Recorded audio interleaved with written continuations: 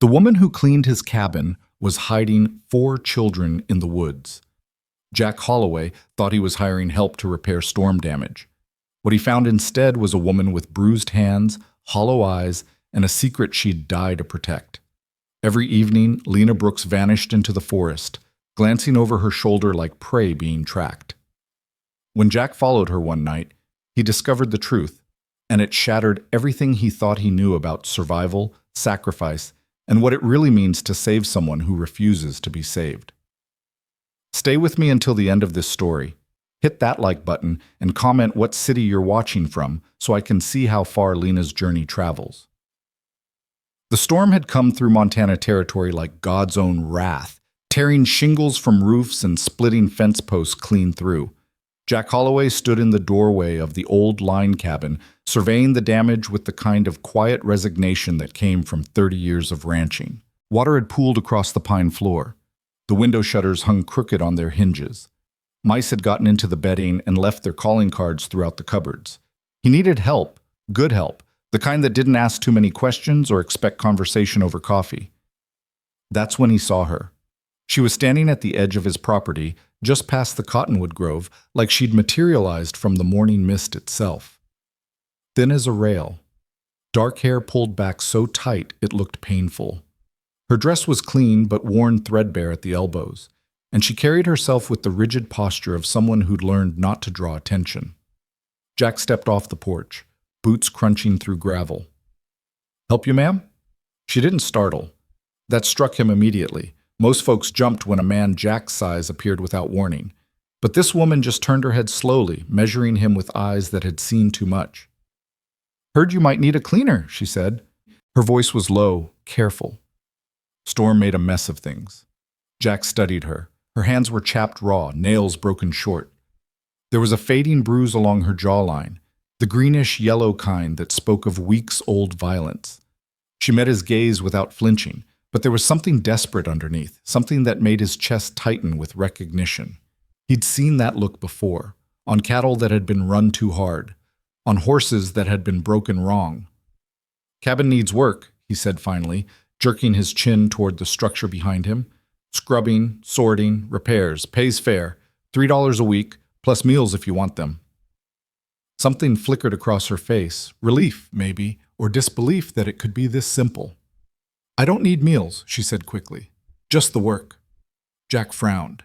$3 was generous but not extravagant. Any woman taking labor this hard would need to eat, but he recognized pride when he saw it, and he knew better than to push. "Suit yourself," he said. "Name's Jack Holloway. You are?" "Lena Brooks." No mention of a husband, though she wore no ring. No explanation of where she'd come from or why she was standing in his cottonwood grove at dawn like some kind of ghost. Jack had questions, plenty of them, but he'd learned long ago that the West didn't reward curiosity. "Start today if you're able," he said. "Supplies are in the shed, water pumps around back." Lena nodded once, sharp and efficient, then walked past him toward the cabin without another word. She worked like a woman possessed. Jack had intended to spend the morning checking fence lines in the south pasture, but he found himself lingering near the barn, watching her through the cabin windows. She moved with methodical precision, sweeping debris into neat piles, scrubbing water stains from the floorboards on her hands and knees. There was no wasted motion, no pause for rest. She attacked the work like it was the only thing standing between her and some unseen enemy. By noon, the cabin floor gleamed. By mid-afternoon, she'd rehung the shutters and cleared the chimney of bird nests. When Jack finally approached with a canteen of water, she was hauling a bucket of soiled linens toward the creek. "You'll wear yourself out," he said, offering the canteen. Lena straightened, wiping sweat from her forehead with the back of one hand. Her face was flushed from exertion, but her expression remained guarded. "I'm fine." "Didn't say you weren't. Said you'd wear yourself out." He kept his tone easy, non-threatening. "Take a break. Water won't poison you." For a moment, he thought she'd refuse. Then her shoulders sagged almost imperceptibly, and she reached for the canteen with hands that trembled slightly. She drank in small, careful sips, like someone who'd learned to ration. "You do good work," Jack said, nodding toward the cabin. "Place hasn't looked this clean since my wife passed." Lena's gaze flicked to him, then away. How long ago? 8 years. Cancer took her slow. I'm sorry. The words were automatic, polite, but there was something genuine underneath. Jack filed that away.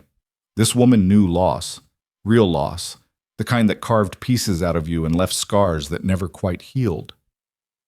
Got a place to stay? He asked, keeping his voice casual. Lena's jaw tightened. I'm managing. Wasn't asking if you were managing, asked if you had a place. I said I'm managing. The sharpness in her tone was a warning, and Jack recognized it for what it was. Desperation dressed up as defiance. He raised his hands in a gesture of peace. Fair enough. Just making sure you're not sleeping rough. Weather's been unpredictable. Lena handed back the canteen without meeting his eyes. I should get back to work. She was gone before he could respond, hauling the bucket toward the creek with renewed determination. Jack watched her go, that uneasy feeling settling deeper in his gut. Something wasn't right. The pattern established itself over the next week. Lena arrived each morning just after dawn, worked until the sun began its descent toward the mountains, then vanished into the forest like smoke. She never stayed for supper despite Jack's repeated offers. She never lingered to talk, and she never, ever let her guard down. But Jack was observant. He'd spent decades reading cattle, horses, weather, learning to notice the small things that told the bigger story. And Lena Brooks was a story written in bruises and shadows. Her hands grew more raw each day despite the gloves he'd left for her. She'd lost weight. He could see it in the way her dress hung looser on her frame, the way her collarbone became more prominent.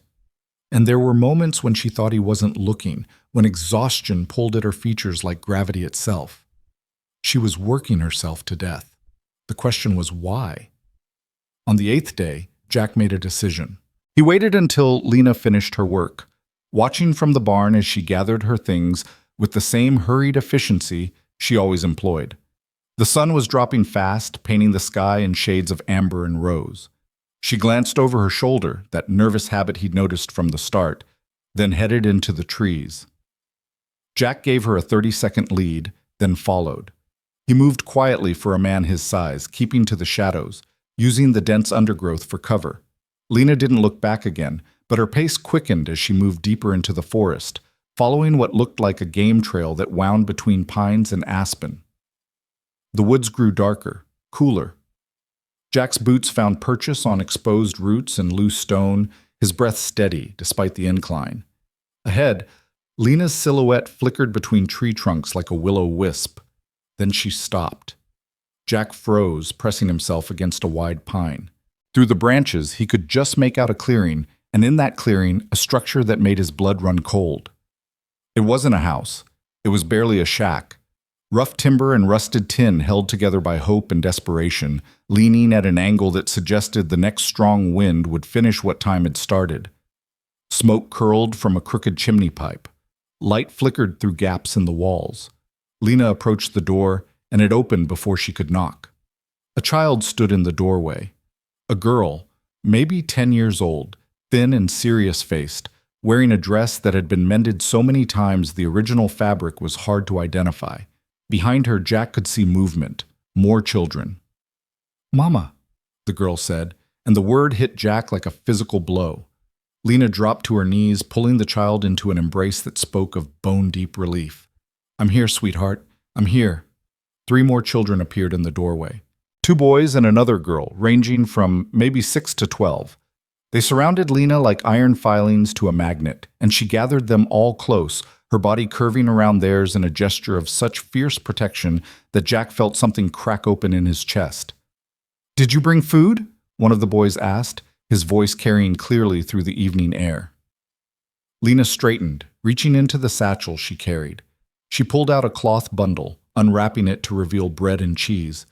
The lunch Jack had left for her that morning. The lunch she'd claimed she didn't need. "Not much tonight," she said softly. "But there's enough. We'll make it stretch." The children didn't complain. They simply took what she offered with the quiet acceptance of those who'd learned not to expect plenty. Jack's hands curled into fists at his sides. He understood now. Understood everything. Lena wasn't running from something. She was running toward responsibility so heavy it was crushing her. She worked herself to exhaustion because 4 lives depended on it. She refused food because her children needed it more. She glanced over her shoulder because she was terrified someone would discover her secret, discover them, and tear apart the fragile safety she'd built from sheer will and desperation. The oldest girl was speaking now, her voice worried. "Mama, the roof's leaking again. Tommy tried to fix it, but—" "I'll handle it," Lena interrupted gently. "Don't you worry, I'll handle it." But Jack could see the defeat in her shoulders, the way her spine bowed under invisible weight. She couldn't handle it. Not alone. Not like this. He'd seen enough. Moving carefully, Jack backed away from the clearing, retracing his steps through the darkening forest. His mind worked through possibilities, discarding options, building a plan that wouldn't wound her pride or trigger her instinct to run. Lena Brooks had her reasons for hiding, for lying, for sacrificing everything to keep those children fed and together.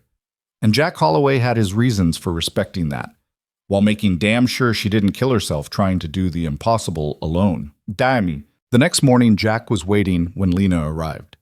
She approached the cabin with her usual caution, scanning the area before committing to the final approach. When she saw him standing on the porch, something tightened in her expression, wariness or maybe fear that he'd changed his mind about the work. "Morning," Jack said evenly. "Morning." Lena's voice was careful. "Is there a problem?" "Opposite of a problem. Got a proposition for you." Her shoulders went rigid. Jack recognized the defensive posture immediately. She thought he was about to leverage her desperation into something she didn't want to give. The realization made him angry, but he kept his expression neutral.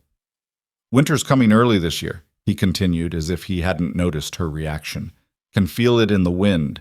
I need someone to help me prepare, preserving food, mending tack, making sure the outbuildings are sound. It's more work than the cabin, more hours." Lena's eyes narrowed slightly. "How many hours?" "Full days. 6 days a week. Pay would be $6 instead of 3. He watched her calculate, watched hope war with suspicion across her features. $6 was twice what he'd offered before. Generous to the point of charity. She'd be a fool not to question it. "Why?" she asked bluntly. Jack respected her for asking. "Because winter on a ranch is brutal, and I'm not as young as I used to be. Because good help is hard to find, and you work harder than any 3 men I've hired.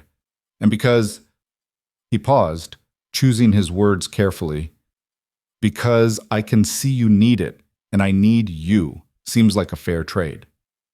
Lena studied him for a long moment, searching for the trap, the angle motel, the price that would come due later. Jack held her gaze, letting her look. "I don't take charity," she said finally. "Didn't offer any. I offered work, hard work, the kind that'll leave you bone-tired every night.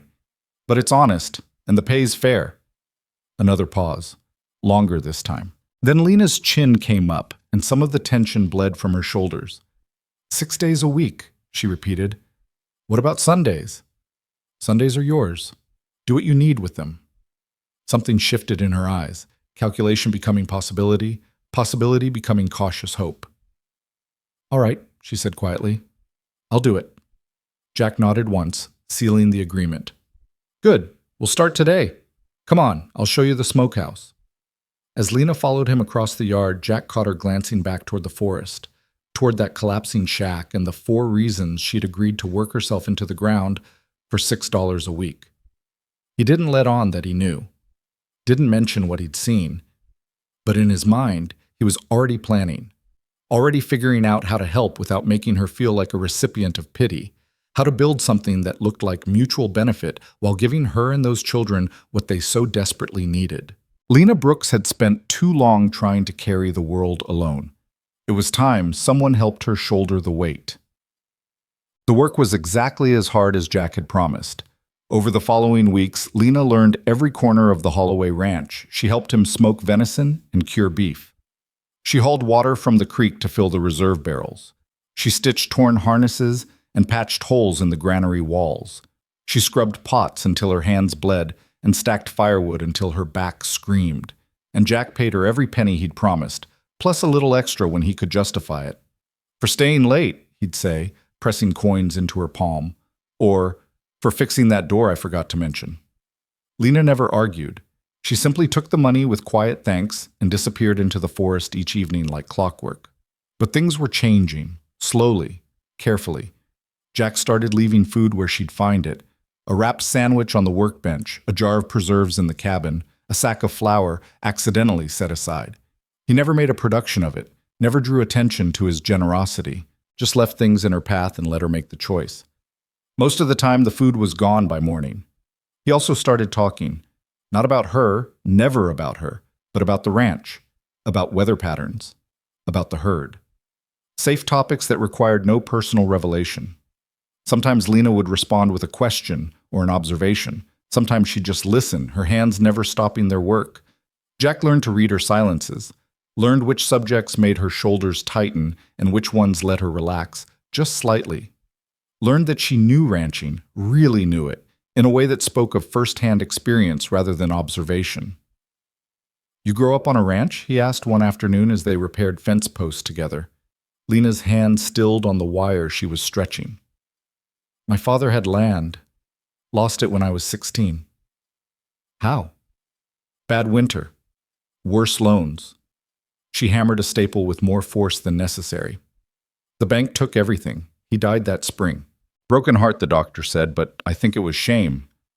Jack absorbed this, understanding clicking into place. "And you?" "Survived." The word was flat, final, a door closing. Jack didn't push, but he filed the information away, adding it to the growing picture of who Lena Brooks had been before desperation carved her into something harder. It was late October when everything shifted.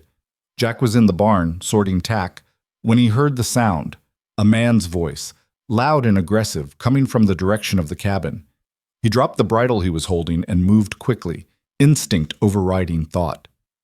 Lena was standing in the cabin doorway, her body rigid, facing a man Jack had never seen before.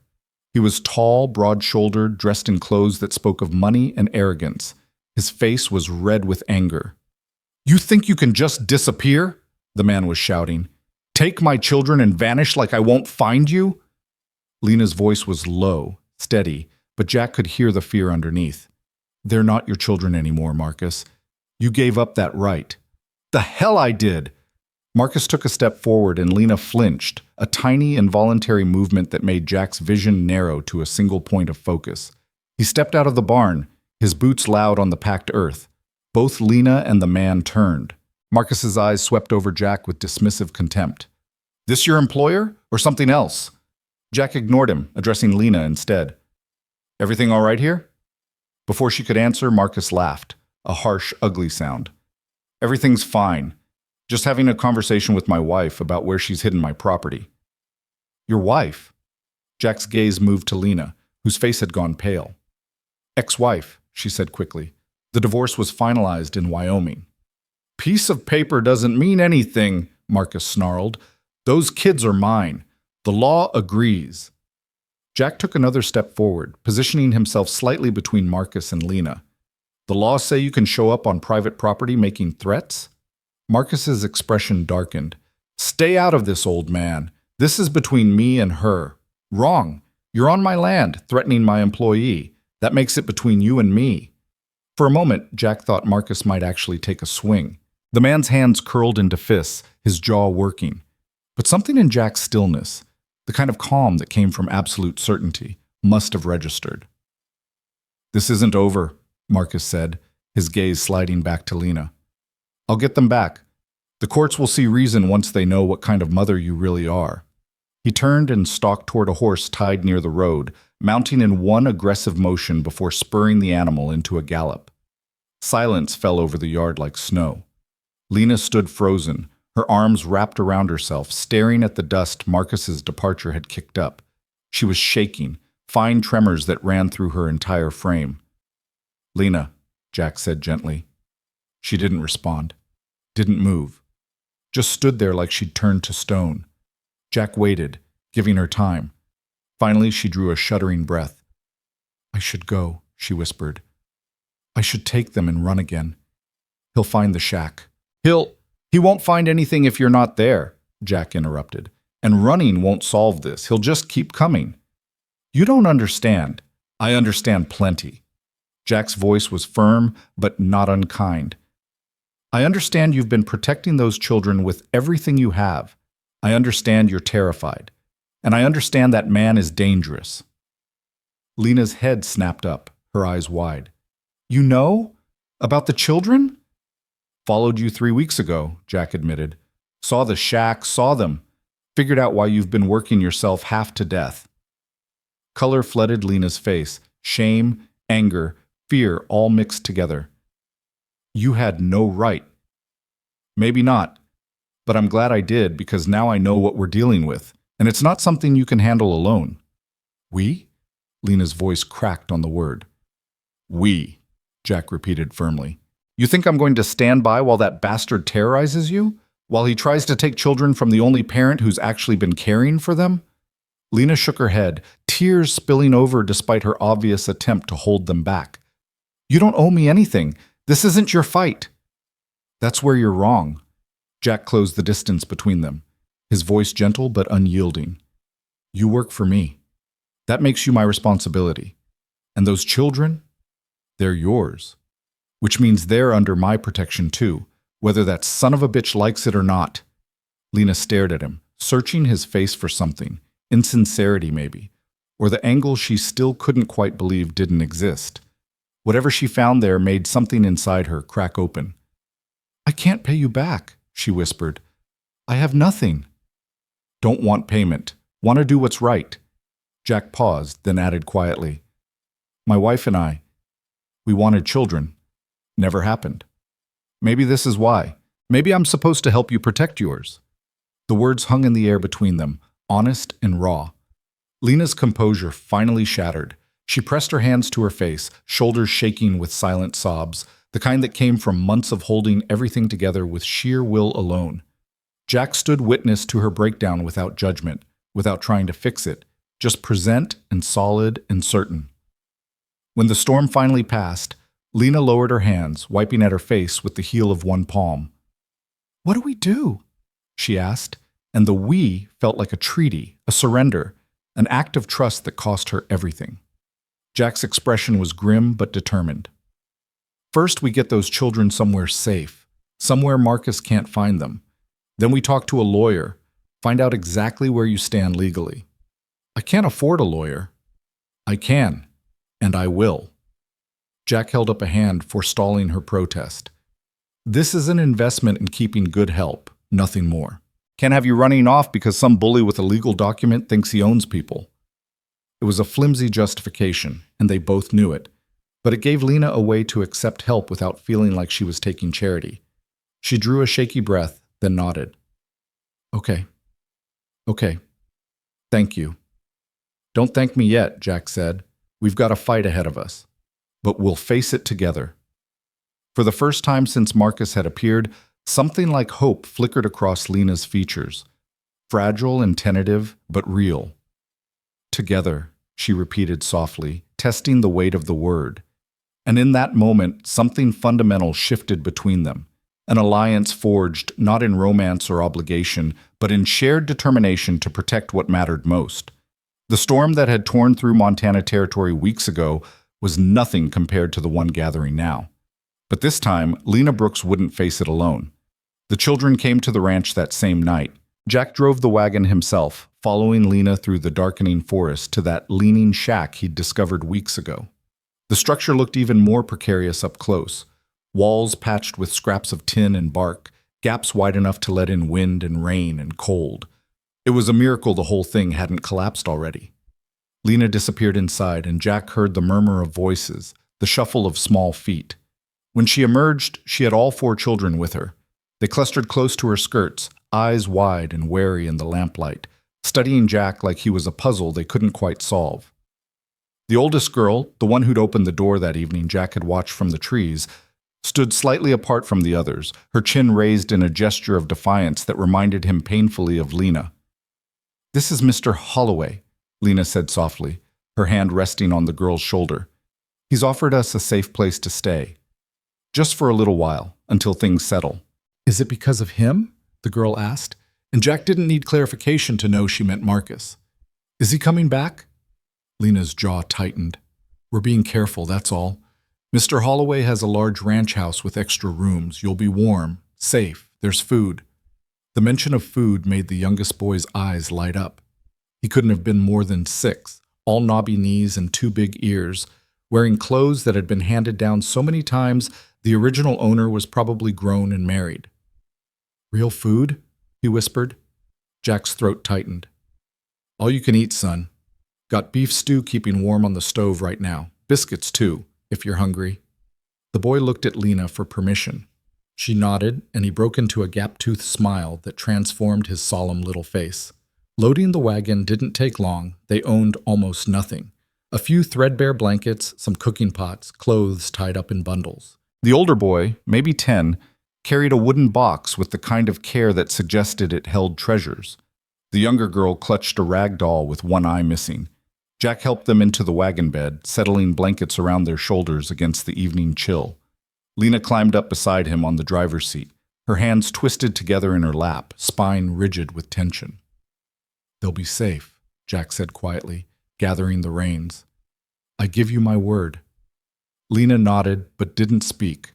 Jack wondered if she'd stop trusting words entirely, if only actions counted for anything in the ledger of her life.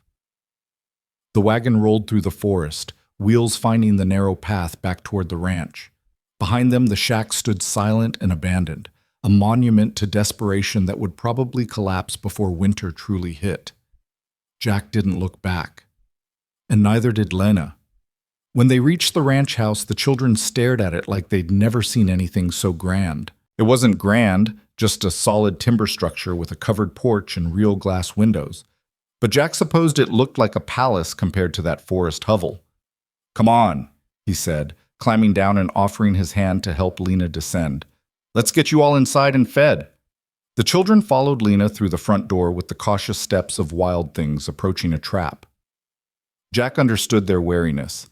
They'd learned not to trust good fortune, not to believe in safety. The ranch house was simple, but well kept. A large front room with a stone fireplace, a kitchen with a wood stove that radiated heat, 3 bedrooms down a short hallway. Jack had lived here alone since his wife died, rattling around in rooms that echoed with absence. Now those rooms filled with the sound of children's voices, tentative and wondering. There's 2 bedrooms you can use, Jack said, gesturing down the hall. Girls in one, boys in the other. Lena, you can take the 3rd. It's got a real bed, clean linens, bathrooms out back. There's a pump and basin for washing up. The oldest girl was studying him with narrowed eyes. Why are you helping us? Sarah, Lena said sharply, but Jack held up a hand. It's a fair question. He crouched down to Sarah's eye level, respecting her enough to meet her suspicion head on. Your mama works for me, works hard, harder than anyone I've ever hired. When someone puts in that kind of effort, I take care of them. That includes making sure their family is safe. Simple as that. Sarah's expression didn't soften, but something shifted in her eyes. A grudging acceptance, maybe, or just exhaustion too deep to maintain her guard. Okay, she said finally. Jack straightened. Now, who's hungry? The younger boy's hand shot up so fast he nearly toppled over. His siblings laughed, a startled sound like they'd forgotten how, and the tension in the room eased just slightly. Jack ladled stew into bowls, thick with beef and vegetables, rich enough to coat the spoon. He piled biscuits on a plate, added butter and honey, set everything on the table. The children sat down with the careful movements of those who'd learned to make themselves small, to take up as little space as possible. Go on, Lena said softly. Eat. They did. Not with the ravenous desperation Jack had half expected, but with methodical focus, like they were trying to make the meal last as long as possible. The younger boy ate 3 biscuits before touching his stew. Sarah made sure the younger girl got her share before taking her own. The older boy kept glancing at Lena, checking that she was eating too. Jack watched them from his position by the stove, something fierce and protective rising in his chest. These weren't just hungry children. They were a unit, a family that had learned to function like a single organism, each part supporting the others. And Lena had held them together through sheer force of will. When the meal was finished, Lena helped the children wash up and settle into their rooms. Jack heard her voice through the walls, soft and reassuring, reading a story to the younger ones. The older two were quiet, but he could hear the creak of bed frames as they tested the mattresses, the rustle of real blankets being pulled up to chins. By the time Lena emerged from the hallway, her face was drawn with exhaustion. "They're down," she said quietly. "Sarah's still awake, but she will be for a while. She doesn't sleep well, keeps watch." Jack nodded, understanding more than she said. She's been the second parent. She's had to be. Lena sank into a chair by the fireplace, her hands lying limp in her lap. "I've tried to shield them, but they've seen too much, know too much." "Can't protect them from everything," Jack said, taking the chair opposite her. "But you've kept them alive, kept them together. That counts for something." Lena's laugh was bitter. "Until Marcus showed up. Now it's all falling apart." "Not falling apart, changing." "There's a difference." Jack leaned forward, elbows on his knees. "Tell me about him. About what happened." For a long moment, Lena didn't speak. The fire crackled in the hearth, shadows dancing across the walls. Then she drew a breath and began. "I met Marcus when I was 17. My father had just died, and I had nothing. No family, no money, no prospects. Marcus seemed like a solution. He had land, resources, confidence. He said he'd take care of me." Her voice was flat, reciting facts. "I married him 3 months later." Jack said nothing, just listened. "For a while it was good. Or I told myself it was good. Marcus was controlling, particular. He had ideas about how things should be, how I should be, but I thought that was normal, thought that was marriage." She stared into the fire. "Then Sarah came, and Marcus changed. Or maybe he was always that way, and I just couldn't see it until I had someone else to protect." "He hurt you," Jack said quietly. It wasn't a question. Lena's hand moved unconsciously to her ribs, a gesture so automatic she probably didn't realize she'd done it. "When things didn't go his way, when I questioned him, when the children cried too long or made too much noise. He said he was teaching us discipline, structure." Jack's hands curled into fists, but he kept his voice level. "How long?" 12 years. Sarah was born in the first year, then Thomas 2 years later, then Emma, then Billy. Each time I thought a child would change him, soften him. It only made him worse." Lena's eyes were distant, seeing something Jack couldn't. He wanted obedient property, not a family, and when we couldn't be that, he made sure we understood the cost. "What made you leave?" "Billy?" Lena's voice cracked on the name. "He's 6, sensitive. He cries easily, and Marcus couldn't stand it. One night, Billy spilled milk at supper. Accident. Just a child being clumsy, but Marcus..." She stopped, swallowing hard. "He hit Billy so hard the boy couldn't hear right for 3 days. And I realized that if I stayed, Marcus would kill one of them. Maybe not on purpose, but in a rage he couldn't control. So I took what I could carry, gathered the children in the middle of the night, and we ran." "Where?" "Everywhere. Nowhere. We moved from town to town, staying ahead of him. I took whatever work I could find, washing, mending, cleaning, lived in sheds, under bridges, in abandoned buildings. The children never complained. They knew we were running from something worse." Lena's eyes met Jack's. "When we got to Montana, I thought we'd finally lost him. Thought we could stop moving, build something. Then I saw your cabin, and you needed help, and it felt like maybe we'd have a chance." "The divorce," Jack prompted. "You said it was finalized." "In Wyoming. I filed on grounds of cruelty. The judge was sympathetic. I had bruises to show, witnesses who'd seen what Marcus was. He granted the divorce, gave me full custody, but Marcus didn't accept it. He said no piece of paper could take his property from him." Her voice turned hard. "That's all we are to him. Property. Things he owns." Jack absorbed all of this, his anger building like pressure in a boiler. But anger wouldn't help Lena now. She needed strategy, solutions. "Does he know about this place? About me?" "Not until today. I was careful not to leave a trail, paid in cash, never used my real name in town. But now he's seen the ranch, seen you. He'll use it against me." "How?" Lena's smile was bitter. "He'll say I'm living with a man in sin, that I'm an unfit mother, that the children are being exposed to immoral conditions. It doesn't matter that it's a lie. He'll twist it until some court believes him. Jack considered this. She was right. In the eyes of the law, appearances mattered more than truth. A woman living on a man's property without marriage, accepting his charity, his protection. It would look bad. Could look very bad if Marcus had a good lawyer and a sympathetic judge. Then we make sure there's no question about your character, Jack said slowly.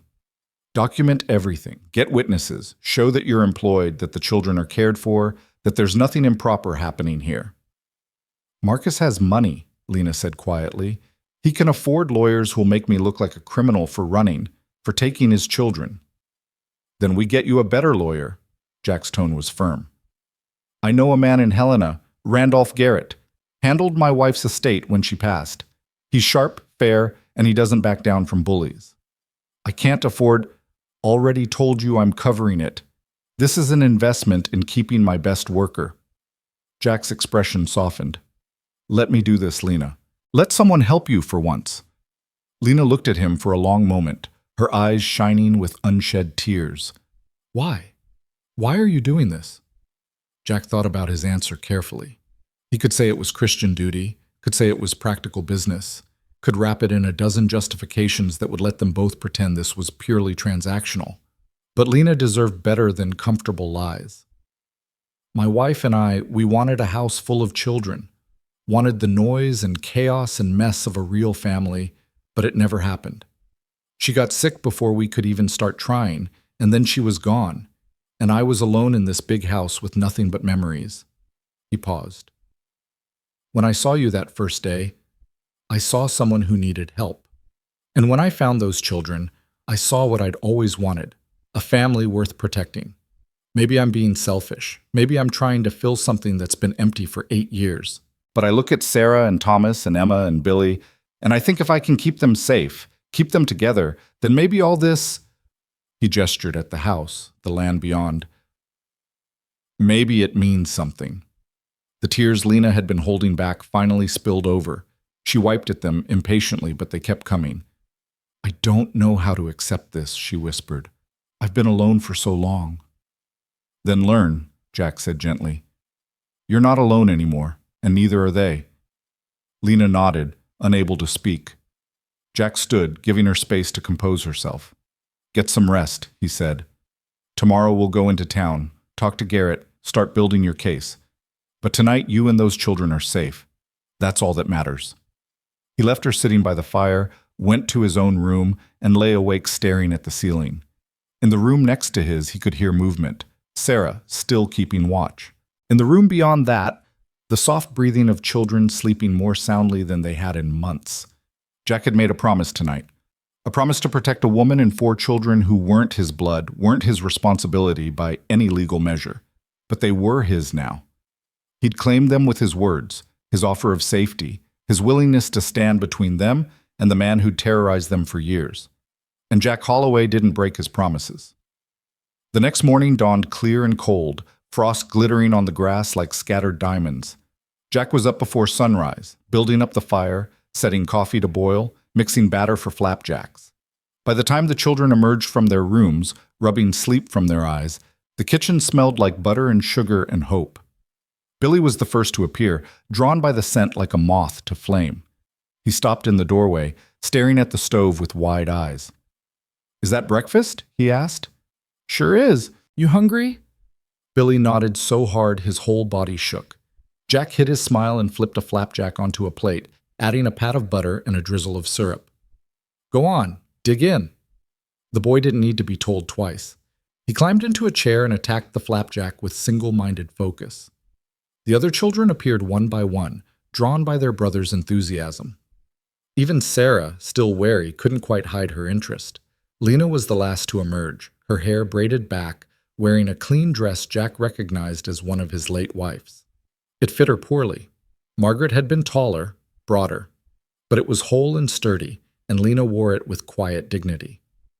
I hope you don't mind, she said, gesturing to the dress. Mine was filthy, and I found this in the closet. Margaret would be glad to see it put to use, Jack interrupted. Kept her things thinking I'd donate them someday. Never got around to it. Help yourself to whatever you need. Lena's throat worked. Thank you. Jack nodded and turned back to the stove, giving her privacy to collect herself. He cooked until all 5 of them were fed, until the children were leaning back in their chairs with the satisfied expressions of those who'd eaten their fill for once. I need to go into town today, he said, pouring himself a second cup of coffee. Talk to that lawyer I mentioned. Lena, you'll come with me. Sarah, you're in charge while we're gone. There's food in the pantry if the young ones get hungry. Don't answer the door for anyone. Sarah straightened, clearly pleased to be given responsibility. How long will you be? Few hours at most. We'll be back before supper. The drive into town took 40 minutes, the wagon rattling over dirt roads that turned to gravel as they approached civilization.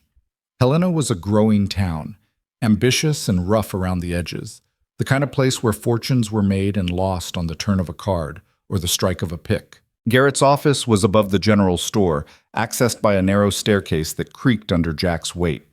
The lawyer himself was a slight man with steel gray hair and eyes that missed nothing. He greeted Jack warmly, then turned his attention to Lena with the kind of careful neutrality that spoke of a man who'd heard every story and judged none. Mrs. Brooks, he said, offering his hand, Jack's told me a bit about your situation. Please, sit. Tell me everything. Lena did. Haltingly at first, then with growing confidence as Garrett listened without interruption, taking notes in a precise hand. He asked questions, direct, specific, never judgmental. Where had the divorce been filed? What were the exact terms of custody? Did Marcus have any legal leverage beyond his accusations? When Lena finished, Garrett sat back, tapping his pen against his notepad. Montana law is clear on custody matters, he said finally. If the Wyoming court granted you full custody on grounds of proven cruelty, that ruling carries weight here. Marcus can file for modification, but he'd need to prove a substantial change in circumstances or demonstrate that you're unfit. He'll try, Lena said quietly. He'll say I'm living with a man out of wedlock, that I'm destitute, unable to provide for them. Garrett glanced at Jack. Are those claims accurate? She's my employee, Jack said firmly. Lives in my house with her children because it's safer than the alternatives. There's nothing improper about the arrangement. I believe you, but a court might see it differently, especially if Marcus presents it in the worst possible light. Garrett drummed his fingers on the desk. We need to establish Mrs. Brooks as a respectable, employed woman with stable housing and moral character, witnesses who can testify to her fitness as a mother, documentation of Marcus's violence and threats. I have scars, Lena said softly. Witnesses, too. People who saw what he did. Good. We'll depose them. Build a case that shows the children are better off with you. Not just physically safer, but emotionally, developmentally better off. Garrett's expression hardened. Men like Marcus Brooks count on fear. Count on their victims being too scared or too poor to fight back. We're going to show him he picked the wrong woman to terrorize. For the first time since Marcus had appeared, Jack saw something like fire in Lena's eyes. Not just fear or desperation, but anger. Righteous, focused anger. What do we do first? She asked. First, we file a motion to enforce the Wyoming custody order here in Montana. Second, we document everything. Every threat Marcus makes, every time he shows up uninvited, every witness who can speak to his character or your fitness.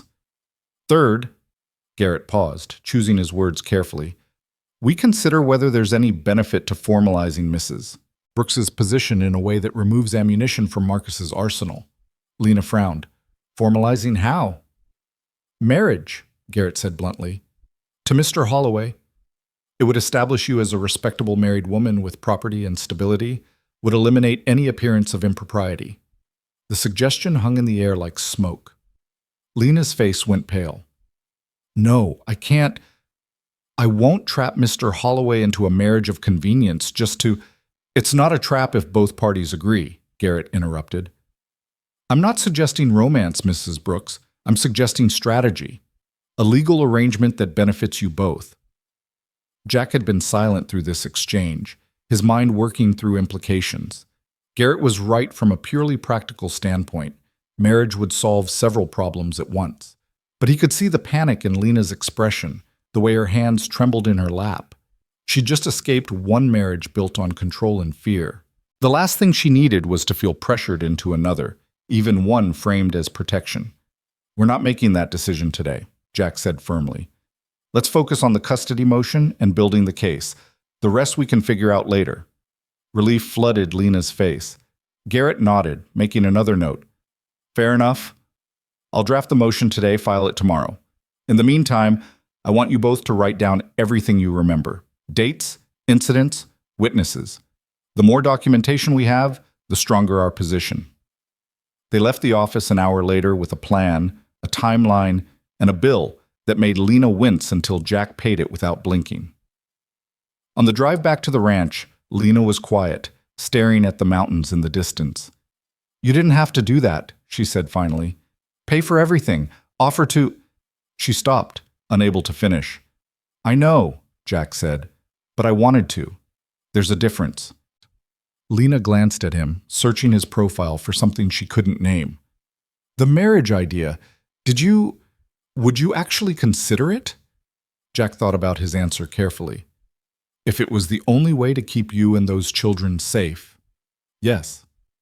I'd consider it, but it's not something I'd do lightly, and it's not something I'd ever force on you. Your choice, Lena. Always your choice." She nodded slowly, turning back to the mountains. "I spent 12 years with no choices. Every decision made for me, every move controlled. The idea of giving that up again, even for good reasons." "Then we find another way," Jack said simply. "Garrett's smart. There are other strategies. We don't have to rush into anything." But even as he said it, Jack wondered if time was a luxury they actually had. Marcus had found them once. He'd find them again, and next time he might bring more than threats. They reached the ranch as the sun began its descent, painting the sky in shades of copper and gold. The children spilled out of the house when they heard the wagon, relief clear on their faces. "Everything okay?" Sarah asked, her eyes moving between Lena and Jack. "Everything's fine," Lena assured her. "We talked to a lawyer. He's going to help us." The tension in Sarah's shoulders eased slightly. "Good, because while you were gone, a man came by. Didn't knock on the door, just walked around the property looking at things. He left when he saw me watching from the window." Jack's blood ran cold. "What did he look like?" "Tall, dark coat, rode a black horse." Marcus. Casing the property, learning the layout, planning his next move. Jack met Lena's eyes over the children's heads. She'd gone pale, understanding the implications immediately. "All right," Jack said, keeping his voice calm despite the anger building in his chest. "Sarah, you did exactly right. From now on, if anyone comes to the property that you don't know, you come get me immediately. Don't watch from the window. Don't try to talk to them. Just find me." Sarah nodded seriously. The other children clustered closer to Lena, sensing the adults' tension even if they didn't understand the cause. That night, after the children were in bed, Jack loaded his rifle and set it by the front door. Lena saw him do it, said nothing, but her expression spoke volumes. "He's testing us," Jack said quietly, "seeing how we react, how defended we are." "What do we do?" "We stay ready, stay together, and we don't give him an opening." Jack paused. "You might want to keep the children close for a few days, no wandering off alone." Lena nodded, wrapping her arms around herself. "I keep thinking we're safe, and then—" "You are safe," Jack interrupted. "Here with me, you're safe. Marcus can prowl around all he wants, but he won't get past me to hurt you or those children. I promise you that." It was a bold promise. Maybe too bold, but Jack meant every word, and as he sat in the darkness that night, rifle across his lap, watching the shadows beyond the windows, he prepared himself for the fight he knew was coming. Marcus Brooks had made a mistake when he came to Jack's land making threats. Now he was going to learn what it meant to face a Montana rancher protecting his own. Marcus came back 3 days later. This time he didn't bother with subtlety. He rode straight up to the ranch house in broad daylight, dismounted with deliberate slowness, and tied his horse to the porch rail like he owned the place. Jack was in the barn when he heard the hoofbeats. He grabbed his rifle and moved quickly toward the house, arriving just as Marcus raised his fist to pound on the door. "That's far enough," Jack called out, his voice carrying across the yard. Marcus turned, his expression twisting into something between contempt and amusement. This is private business, old man, between me and my wife, your ex-wife, and anything involving her on my property is my business. Jack kept the rifle lowered but visible, his stance relaxed but ready. You weren't invited. Time to leave. I have legal rights to see my children. You have no rights here. Your divorce decree gave Lena full custody. If you want visitation, go through a court, but you don't get to show up uninvited making demands. Marcus's jaw tightened. Those are my children, my blood. Some judge in Wyoming doesn't get to decide I can't see them. That judge decided exactly that, and until another court says different, you're trespassing. Jack's voice went hard. Get back on your horse and ride out. Won't ask twice. For a moment, Jack thought Marcus might actually try something. The man's hands curled into fists, his weight shifting forward. But then the door opened and Lena stepped out onto the porch. Don't, she said quietly, and both men turned to look at her. She'd changed in the days since coming to the ranch. Still thin, still carrying the weight of too many burdens, but there was something different in the way she held herself now. Like she'd remembered she was more than just a target for someone else's rage. I have nothing to say to you, Marcus, she continued, her voice steady. The court gave me custody. You lost the right to see them when you put Billy in bed for 3 days with a blow to the head. Marcus's face flushed dark red. You poisoned them against me, filled their heads with lies about their own father. I told them the truth, that you're violent, that you hurt people weaker than you, that they're safer without you. You self-righteous. Marcus took a step toward the porch and Jack moved between them, rifle rising. That's enough, Jack said, his tone leaving no room for argument. You've said your piece, now go. Marcus's attention snapped to Jack, his eyes narrowing. You think you're some kind of hero, rescuing the poor widow and her orphans? Let me tell you something about the woman you're protecting. She's a liar, a manipulator. She'll use you up and move on the second someone better comes along. That what you tell yourself? Lena's voice cut through Marcus's diatribe like a blade. That I'm the problem? Not your fists? Not your rages? Not the way you made our children afraid to breathe too loud? I was teaching them discipline. You were terrorizing them. Lena's composure cracked, anger flooding through. You made Sarah check every room before the rest of us came in. Made sure you weren't hiding somewhere waiting to explode. You made Thomas flinch every time someone raised their voice. You gave Emma nightmares so bad she wet the bed until she was 8 years old. That's not discipline, Marcus. That's cruelty. Marcus's expression went cold, dangerous. You're going to regret this. I'll take those children back, and there's nothing you or this broken-down rancher can do to stop me.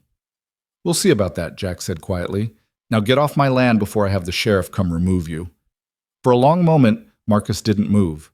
Then he spat in the dirt at Jack's feet, turned, and mounted his horse. But before he rode off, he looked back at Lena with an expression that made Jack's blood run cold. This isn't over, Marcus said. Not even close. He spurred his horse into a gallop, disappearing down the road in a cloud of dust. Jack waited until he was out of sight before lowering the rifle. His hands were steady, but his heart was pounding. He turned to Lena, who stood on the porch with her arms wrapped around herself, shaking. You all right? He asked. Lena nodded, but her eyes were distant, focused on something Jack couldn't see. He's going to come back, and next time he won't just talk. I know. Jack climbed the porch steps, standing beside her. We'll be ready. Inside the house, Jack could see Sarah's face pressed against the window, pale and frightened. The other children were clustered behind her, wide-eyed. They'd heard everything. Lena saw them too. Her expression crumpled for just a moment before she forced it back into something resembling composure. She went inside, gathering the children close, murmuring reassurances that sounded hollow even to Jack's ears. He stayed on the porch, watching the road, the rifle still in his hands. Marcus Brooks had declared war, and Jack had just promised to fight it. The question was whether he'd be able to keep everyone safe when the real battle began. That evening, Jack rode into town and sent a telegram to Garrett explaining what had happened. The response came the next morning, terse and urgent. Garrett had filed the custody enforcement motion and requested a restraining order barring Marcus from coming within 500 feet of Lena or the children. A hearing was scheduled for 2 weeks out. 2 weeks. It felt like an eternity. Jack showed the telegram to Lena over breakfast. She read it twice, her lips pressed into a thin line. "He won't respect a restraining order," she said quietly. "A piece of paper won't stop him." "No," Jack agreed. "But it gives us legal standing if he violates it. Gives the sheriff cause to arrest him." "If the sheriff will act," Lena's voice was bitter. "Marcus is charming when he wants to be. Respectable. He'll convince half the town I'm the problem, not him." Jack had considered this. Men like Marcus were often skilled at presenting one face to the world while showing their true nature only behind closed doors. It was how they got away with it for so long. "Then we make sure people see the truth," he said. "Garrett wants witnesses. People who saw what Marcus did to you, to the children. Can you get them to testify?" Lena thought about it. "Maybe. There was a neighbor in Wyoming, Mrs. Patterson. She saw the bruises, heard the shouting. She helped me once, gave me money to run. And there's a doctor in Cheyenne who treated Billy after Marcus hit him. He documented everything." "Good. Write down their names, where to find them. Garrett will contact them, get depositions." Jack paused. "This is going to get ugly, Lena. Marcus will say terrible things about you, try to destroy your character. You need to be ready for that." "I've been ready for 12 years, Lena said, her voice hard. "Let him say whatever he wants. The truth is on my side." Jack admired her courage, but he could see the fear underneath. She was putting on a brave face for the children, for him, maybe for herself. But fear was there, coiled tight in her shoulders, visible in the way her hands shook when she thought no one was looking. Over the next week, they fell into a routine. Jack worked the ranch while keeping one eye on the road. Lena helped where she could, cooking meals, mending clothes, teaching the children their letters in the evenings. The kids themselves began to relax, cautiously exploring the boundaries of their new safety. Billy followed Jack everywhere, asking endless questions about cattle and horses and why the sky was blue. Thomas helped with chores, serious and determined to prove his worth. Emma picked wildflowers and left them in jars around the house, splashes of color against the timber walls. And Sarah watched over them all, still wary, still keeping guard. But slowly, so slowly, beginning to believe they might actually be safe here. Jack found himself settling into the role of protector, provider, something close to a father figure. He taught Thomas how to properly muck a stall, showed Billy how to whistle using grass blades, praised Emma's flower arrangements like they were works of art. With Sarah, he was more careful, respecting her need for distance while letting her know he was there if she needed him. And with Lena, he was patient. He didn't push for conversation or gratitude, just worked alongside her, a steady presence that asked for nothing but gave everything. One evening, after the children were asleep, Lena found him on the porch, staring at the stars. "Can I sit?" she asked. "Course." She settled into the chair beside him, pulling a shawl around her shoulders against the cool night air. For a while, neither of them spoke. "I don't know how to thank you," Lena said finally, "for all of this, for taking us in, protecting us, paying for the lawyer. Already told you no thanks needed. I know what you said, but it doesn't change the fact that you've given us more in 2 weeks than we've had in years. Safety, food, hope." Her voice caught. "I don't know how to repay that kind of debt." Jack turned to look at her, his expression serious. "It's not a debt, Lena. I'm not keeping score, not expecting repayment." "Then what are you expecting?" It was a fair question, one Jack had been asking himself late at night when sleep wouldn't come. "I'm expecting to do the right thing," he said carefully.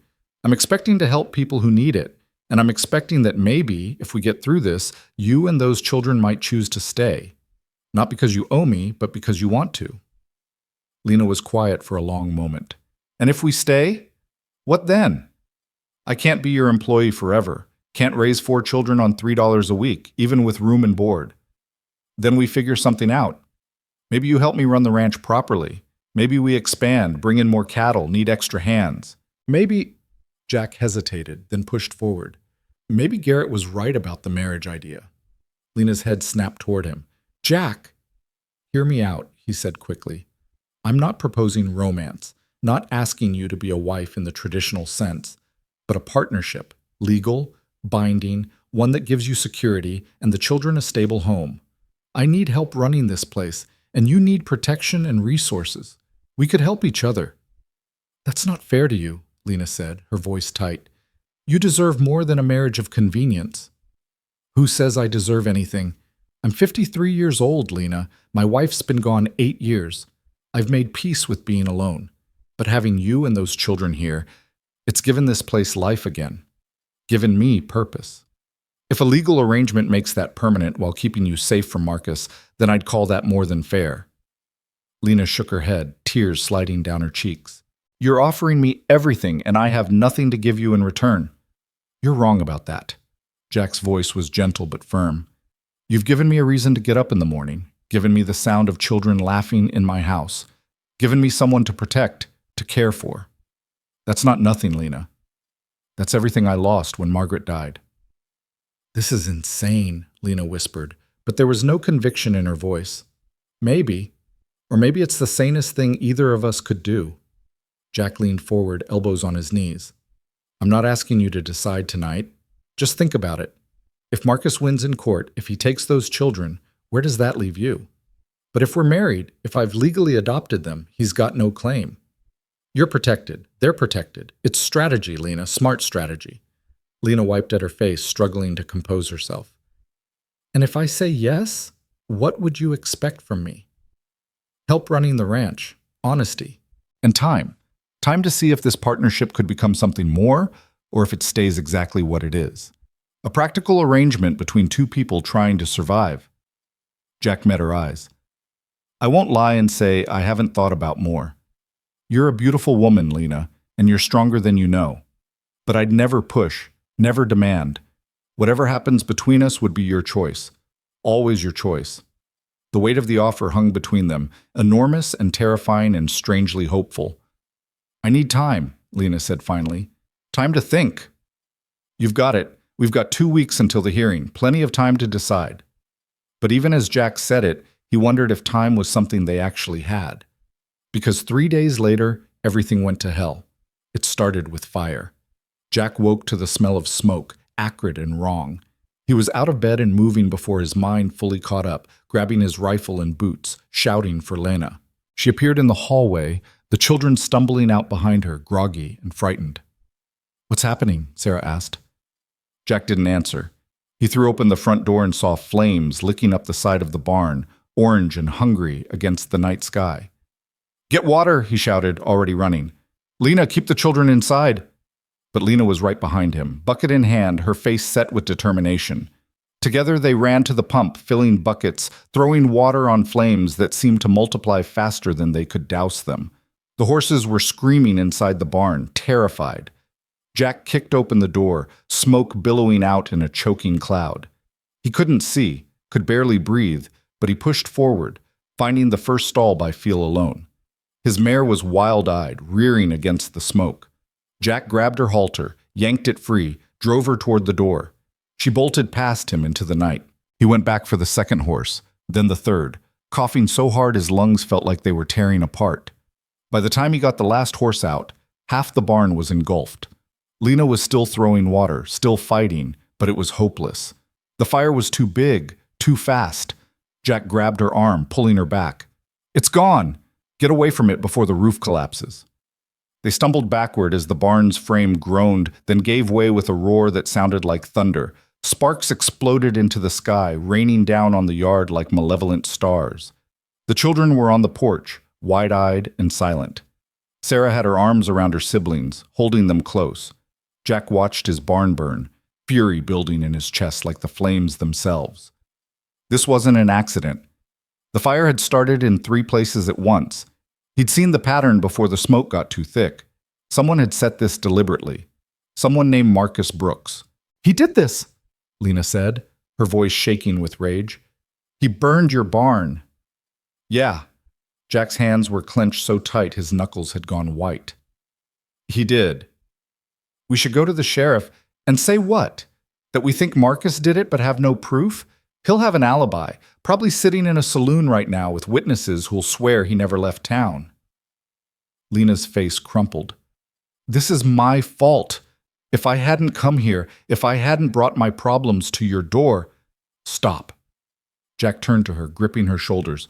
This is Marcus's fault. His choice. His crime. You didn't do this, Lena. He did. But guilt was already eating at her. Jack could see it in her eyes, the familiar weight of blame she'd carried for too long. The barn burned through the night, collapsing in on itself in stages, each crash sending up fresh columns of sparks. By dawn, all that remained was a smoking ruin, blackened timbers jutting up like broken bones. Jack stood in the wreckage, surveying the damage. The barn had been old but sound. Losing it meant losing storage, shelter for livestock, workspace for repairs. It would cost money to rebuild, money and time. But that wasn't what ate at him. What ate at him was the message Marcus had sent. I can reach you, I can hurt you, and there's nothing you can do to stop me. Lena appeared beside him, her face smudged with soot. I'm leaving, she said quietly. Taking the children and going. This has to stop before he does something worse. No. Jack, he burned your barn. Next time it might be the house. Might be... Her voice broke. I can't let him hurt you because of me. He already hurt me, and running won't stop him. It'll just prove his tactics work. Jack's jaw was set, his eyes hard. We're not running, Lena. We're fighting, and we're going to win. How? He's already proven he can get to us. Then we make it so he can't. We hire hands to patrol the property. We keep watch through the night. We document everything and bury him in evidence until no judge in Montana would give him custody. Jack's voice was fierce. Marcus thinks he can terrorize us into submission. He's wrong. Lena stared at him, searching his face. Why are you doing this? You could just turn us out. Wash your hands of the whole mess. I could, Jack agreed, but I won't. Because when I make a promise, I keep it. And I promise to keep you and those children safe. A burned barn doesn't change that. Something shifted in Lena's expression, disbelief giving way to fragile trust, fear making room for hope. Okay, she said softly. Okay, we fight. Jack nodded, then turned back to the ruins. First thing, we go to the sheriff, file a report. Won't result in an arrest, but it goes on record. Then we send word to Garrett, tell him what happened, add it to the evidence against Marcus, and then... His voice hardened. Then we make damn sure he doesn't get another chance to hurt us. They spent the morning in town. Sheriff Morrison was sympathetic but unhelpful. Without proof, without witnesses, there was nothing he could do. But he took the report, wrote down the details, promised to keep an eye out. It was something. Not much, but something. Garrett's response to their telegram was immediate and furious. He'd already been building a case around Marcus's threats and violence. The barn fire added attempted arson and property destruction to the list. It painted a picture of a man so consumed by rage and entitlement that he was willing to commit serious crimes to maintain control. This actually helps us, Garrett said when they met with him that afternoon. Marcus is escalating, making mistakes. The more desperate he gets, the more evidence we collect. By the time we get to court, the judge will see exactly what kind of man he is. And if he escalates further before then? Lena asked, her voice tight. If he comes after the children directly? Garrett's expression went grim. Then we make sure he's arrested and held without bail, but that restraining order should be approved any day now. Once it is, if Marcus comes near you, the sheriff can act. Should be approved. If Marcus comes near. The words were full of conditions, maybes, hopes that felt increasingly fragile. They returned to the ranch as the sun was setting, the burned barn casting long shadows across the yard. The children were subdued, helping each other with chores, speaking in whispers. They'd been through trauma before, but this was different. This was violence aimed at the one place they'd started to feel safe. That night, Jack didn't sleep. He sat on the porch with his rifle across his lap, watching the road, listening to every sound. Lena joined him sometime after midnight, wrapped in a quilt, her eyes hollow with exhaustion. You should rest, she said. So should you. Can't. Every time I close my eyes, I see the barn burning, see Marcus's face. She pulled the quilt tighter. I keep thinking about what he'll do next. Whatever it is, we'll handle it. Lena looked at him, really looked at him, seeing past the strong shoulders and steady voice to the man underneath. You mean that, don't you? You'd actually fight him, risk everything. Already told you I would. Why, though? What makes four strangers worth this much trouble? Jack was quiet for a long moment, staring out at the darkness. When he finally spoke, his voice was low and honest. When Margaret died, I thought that was it. Thought I'd spend the rest of my life alone in this house, going through motions until my body gave out and I could join her. 8 years I lived like that.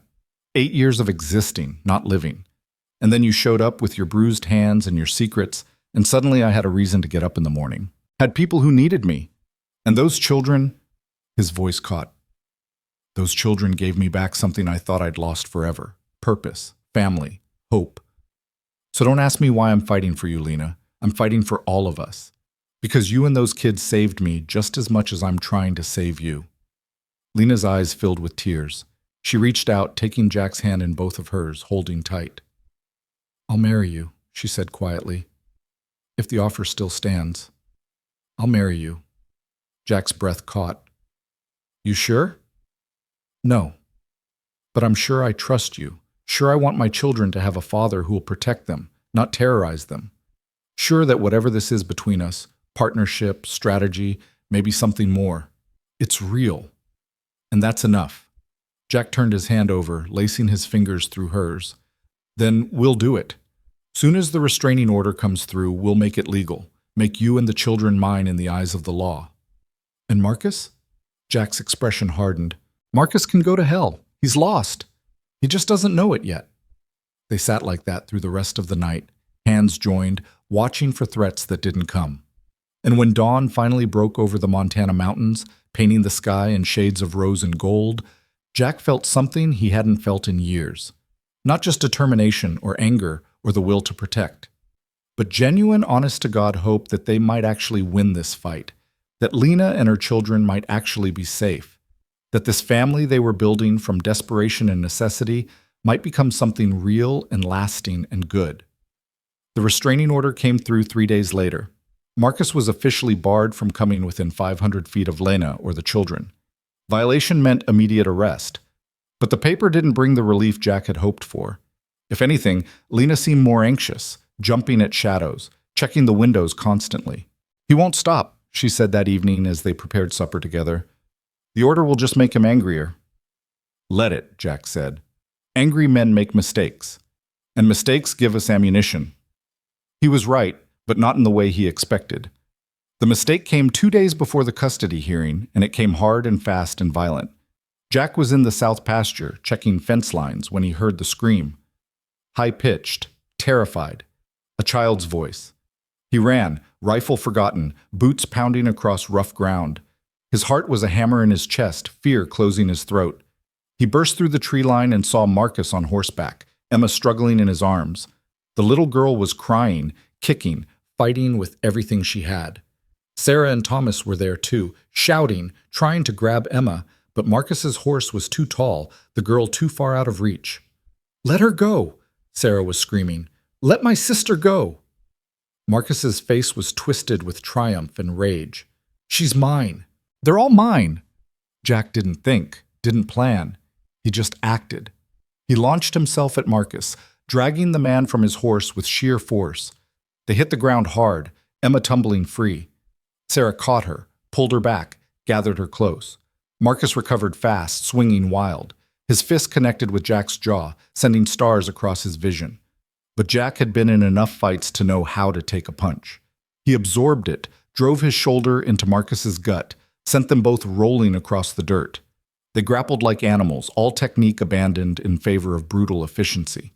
Marcus was younger, faster, but Jack was stronger, heavier, fueled by protective rage that burned hotter than Marcus's entitled fury. Jack got on top, landed a punch that split Marcus's lip, then another that broke his nose. Blood sprayed across them both. You don't touch them, Jack roared, hitting him again. You don't come near them, Marcus bucked, throwing Jack off. They both scrambled to their feet, circling. Marcus pulled a knife from his belt, the blade catching sunlight. You've ruined everything, Marcus snarled, blood running down his chin. Taken what's mine. Turned them against me. They were never yours, Jack said, his voice deadly calm despite the knife. You lost them the first time you raised your hand in anger, lost any right to call yourself their father. I'll kill you, Marcus promised, and then I'll take them back, Teach them what happens when they disobey. He lunged. Jack sidestepped, grabbed Marcus's knife hand, twisted, bone cracked. The knife fell. Jack drove his fist into Marcus's kidney once, twice, dropping the man to his knees. Marcus gasped, clutching his side. Jack stood over him, every muscle tense to strike again. "Leave," Jack said through gritted teeth. "Leave Montana. Leave them alone, or next time I won't stop." Marcus looked up, hatred burning in his eyes. "This isn't over." "It is." The new voice came from behind them. Jack turned to see Sheriff Morrison on horseback, 2 deputies flanking him. "Marcus Brooks, you're under arrest for violating a restraining order, attempted kidnapping, and assault."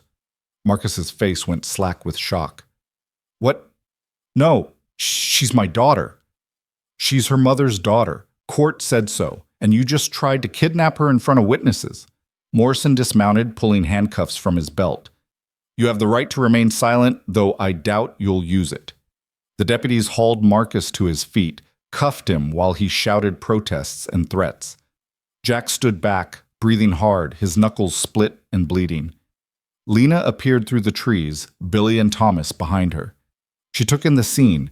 Marcus in handcuffs, Jack bloodied, the children clustered together, and something in her face just broke open.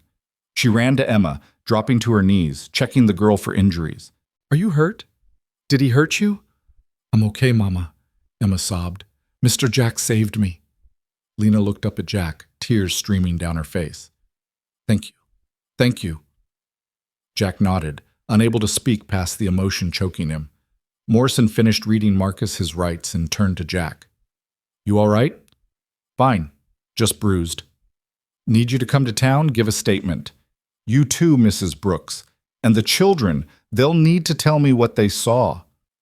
Jack glanced at Lena, saw her terror at the thought of the children being questioned. "Can it wait until tomorrow? They've been through enough today." Morrison considered, then nodded. "Tomorrow morning, but I need statements from everyone." He gestured to his deputies. "Take him in. Lock him up tight." They dragged Marcus toward their horses.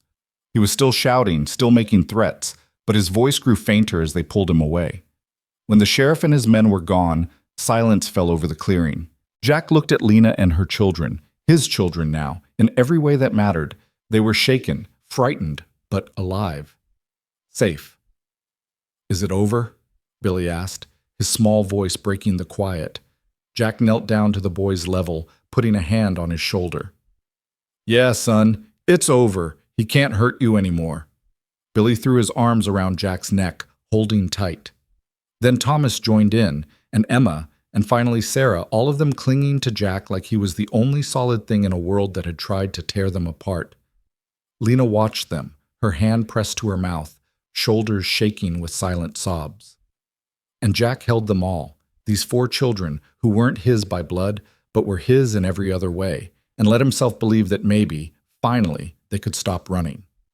That maybe they'd found home. The courthouse in Helena was packed on the morning of the custody hearing. Jack sat in the front row beside Lena, acutely aware of her trembling hands folded in her lap. She'd worn one of Margaret's dresses again, this one navy blue with pearl buttons, altered to fit her smaller frame. Her hair was pulled back in a neat bun, her face pale but composed. She looked respectable, dignified, every inch the responsible mother she was. Behind them sat the children, scrubbed clean and dressed in their best clothes. Sarah held Billy's hand while Thomas sat rigid between his younger siblings, his jaw set in a way that reminded Jack painfully of Lena. Emma clutched her rag doll, the one-eyed companion she'd brought from the shack, and stared straight ahead with the glassy focus of someone trying very hard not to cry.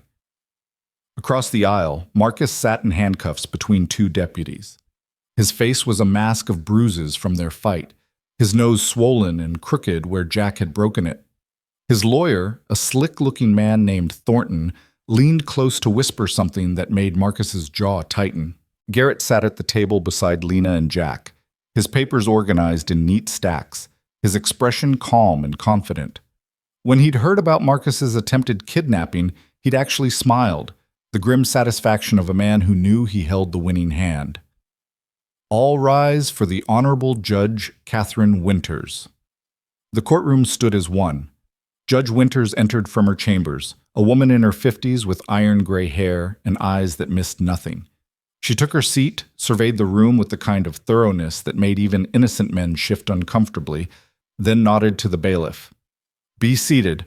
We're here today for the matter of Brooks versus Brooks, custody modification and enforcement of a Wyoming court order.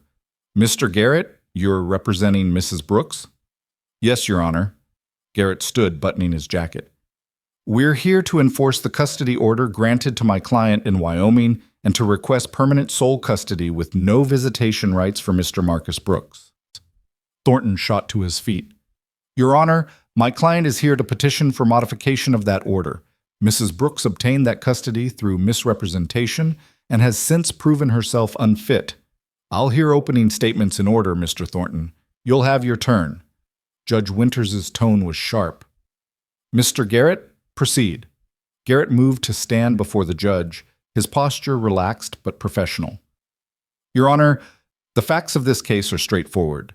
Mrs. Lena Brooks was granted full custody of her 4 minor children by a Wyoming court after presenting evidence of systematic abuse by her then-husband, Marcus Brooks. The abuse was documented by medical professionals, witnessed by neighbors, and severe enough that the court found Mr. Brooks to be a danger to the children's physical and emotional well-being. He paused, letting that sink in before continuing. "Since that ruling, Mr. Brooks has violated the terms of his divorce, threatened Mrs. Brooks, burned property belonging to her employer in an act of intimidation, and most recently violated a restraining order by attempting to forcibly abduct his 6-year-old daughter. He is currently awaiting trial on charges of attempted kidnapping, assault, and arson. This is not a man who should have custody of children, Your Honor. This is a man who should be grateful he's not facing more serious criminal charges." Thornton was on his feet before Garrett finished. "Objection! Counsel is prejudicing the court. Overruled. These are matters of public record, Mr. Thornton. Sit down." Judge Winters turned back to Garrett. "Continue." "Mrs. Brooks has done everything in her power to protect her children. She's maintained stable employment, provided them with safe housing, and ensured they receive proper care and education. She's not asking for anything unreasonable, Your Honor. She's simply asking that the Wyoming court's ruling be enforced here in Montana and that Mr. Brooks be permanently barred from contact with children he's proven himself incapable of treating with basic human decency." Garrett sat down. Judge Winters made a note, then gestured to Thornton. "Your opening statement, Counselor." Thornton stood, straightening his vest with the kind of theatrical flourish that made Jack's teeth grind. "Your Honor, my client is a victim of a vindictive woman who has poisoned his children against him and fled across state lines to prevent him from exercising his parental rights. Yes, Mr. Brooks made mistakes. He's the first to admit his temper got the better of him on occasion. But what father hasn't lost patience with difficult children? What man hasn't raised his voice or his hand in the heat of the moment?" Lena's breathing went shallow beside Jack. He reached over, covering her hand with his, squeezing gently. "The Wyoming court was presented with a one-sided story," Thornton continued. "Mrs. Brooks painted herself as a helpless victim, but the truth is far more complex. She's been living unmarried with a man, Mr. Jack Holloway, in a situation that can only be described as morally questionable. She's exposed the children to this arrangement, teaching them that vows and commitments mean nothing." "Your Honor," Garrett interrupted, rising smoothly, "Mr. Thornton is making allegations not supported by evidence. Mrs. Brooks is employed by Mr. Holloway. She lives in his home with her children because it's safer than the alternatives. There is nothing improper about the arrangement." "Yet they're not married," Thornton shot back.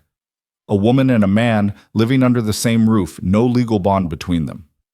What message does that send to impressionable children?" Judge Winters held up a hand. "Mr. Thornton, unless you have evidence of impropriety beyond mere proximity, I suggest you move on to more substantive arguments." Thornton's jaw tightened, but he nodded. "Very well, Your Honor. My point is simply that Mrs. Brooks has not provided the stable, moral environment she claims. Furthermore, my client has a right to see his children. Blood ties matter, Your Honor. The law recognizes parental rights for a reason. Even when those parents are dangerous?" Judge Winters' tone was neutral, but there was something sharp underneath. My client is not dangerous. He's a father who lost his temper on a few occasions. Occasions that Mrs. Brooks exaggerated to win sympathy from a Wyoming judge who didn't have all the facts. With proper visitation and oversight, Mr. Brooks can rebuild his relationship with his children. That's all he's asking for. A chance. Thornton sat down, looking satisfied with himself. Jack wanted to punch him almost as much as he'd wanted to punch Marcus. Judge Winters studied both lawyers, then turned her attention to Marcus. Mr. Brooks, stand up. Marcus rose, his handcuffs clinking. He tried to look contrite, humble, but Jack could see the anger simmering underneath. You're currently in custody awaiting trial for attempted kidnapping. Is that correct? Yes, Your Honor, but that's a misunderstanding. I just wanted to see my daughter. You grabbed her off your ex-wife's property in violation of a restraining order. That's not a misunderstanding, Mr. Brooks. That's a crime. Judge Winters' voice was ice. You'll remain seated and quiet unless I ask you a direct question. Am I clear? Marcus's face flushed red, but he nodded. Yes, Your Honor. Good. Sit down. She turned to Garrett. Call your first witness. The defense calls Mrs. Lena Brooks. Lena's hand tightened in Jack's for just a moment before she stood. She walked to the witness stand with her spine straight, her chin up, and placed her hand on the Bible as the bailiff administered the oath.